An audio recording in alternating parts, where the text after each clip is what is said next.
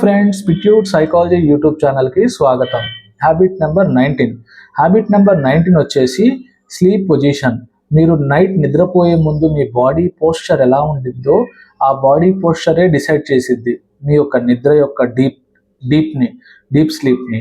తర్వాత మీ యొక్క over థింకింగ్ని తగ్గించిద్ది, negative థింకింగ్ని తగ్గించిద్ది, మీ breath యొక్క ఫ్లోని ఇంక్రీజ్ చేసి మీ బ్రెయిన్కి ఎక్కువ ఆక్సిజన్ వెళ్ళేలా అందించి మీ నిద్రని కూడా చాలా సాటిస్ఫైడ్ చేసిద్ది.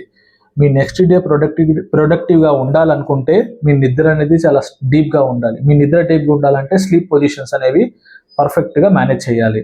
Right side, left side. మీరు భోజనం చేసి డైజెస్ట్ అవ్వకపోతే లెఫ్ట్ సైడ్ తిరిగి పడుకోండి, చాలా త్వరగా డైజెషన్ అవుతుంది. అంటే భోజనం చేసిన తర్వాత కొద్దిగా వాక్ చేయండి, ఇంకా లేట్ అవుతుంది డైజెస్ట్ అవ్వట్లేదు అన్న సమయంలో లెఫ్ట్ సైడ్ తిరిగి పడుకోండి. తర్వాత భోజనం డైజెస్ట్ అయింది అన్నప్పుడు రైట్ సైడ్ తిరిగి పడుకోండి.